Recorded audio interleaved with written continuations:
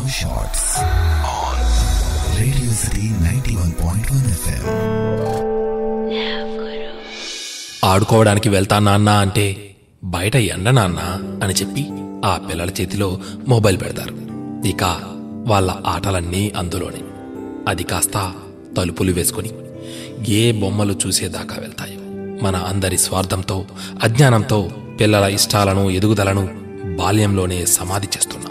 గట్టిగా చెప్పాలంటే అందరూ కలిసి పిల్లలతో వాళ్ళకే తెలియని ఒక మానసిక వ్యభిచారం చేయిస్తున్నాం.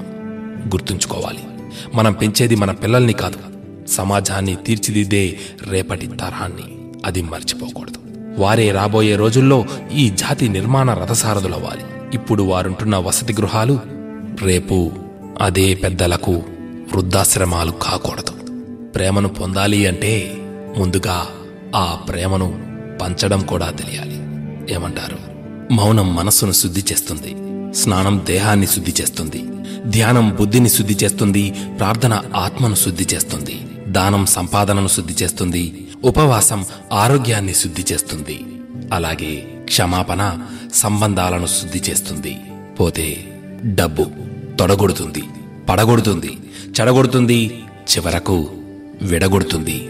తస్మాత్ జాగ్రత్త. Radio City Podcast.